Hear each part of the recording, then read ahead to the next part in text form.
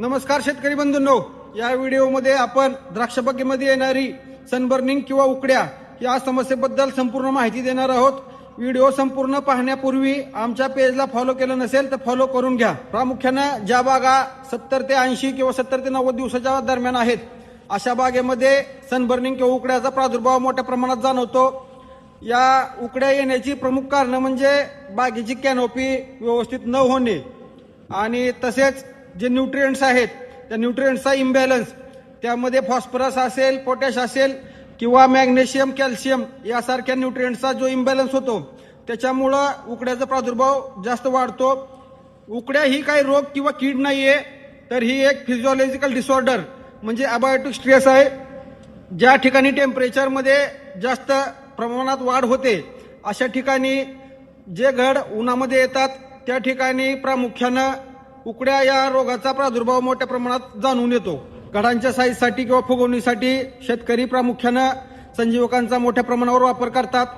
तशाच पद्धतीनं जर अतिरेक झाला, संजीवकांचा जर अतिरेक वापर या ठिकाणी द्राक्षबागेमध्ये झाला तर उकड्याची समस्या मोठ्या प्रमाणात जाणवून येते। त्याच्यासाठी योग्य त्या वेळी योग्य त्या प्रमाणातच संजीवकांचा वापर करण्यात यावा आणि तसेच उकड्या येऊ नये म्हणून या ठिकाणी आपण वरून 50% मधील शेडनेट असेल किंवा साड्यांच्या साह्यानं या ठिकाणी सावलीचं नियोजन करता येईल। त्या पद्धतीने उकड्याला सुद्धा कंट्रोल करता येतं। उकड्या हा काय कीड किंवा रोग नसल्यामुळं याच्यावर कोणत्याही प्रकारचं परफेक्ट असं सोल्युशन किंवा औषध बाजारामध्ये उपलब्ध नाही। त्याच्यासाठी काळजी म्हणून आपण जमिनीतून किंवा स्प्रेमधून व्यवस्थित पद्धतीनं न्यूट्रिएंट्सचा बॅलन्स राखला गेला पाहिजे। त्याच्यामध्ये सूक्ष्म अन्नद्रव्य असतील, तसेच कॅल्शियम, झिंक, मॅग्नेशियम, बोरॉन यासारख्या अन्नद्रव्यांचा प्रामुख्यानं योग्य त्या ठिकाणी योग्य त्या प्रमाणात वापर केला गेला पाहिजे। त्याच्यानं उकड्याचा जो अटॅक आहे तो आपल्याला कमी करता येईल।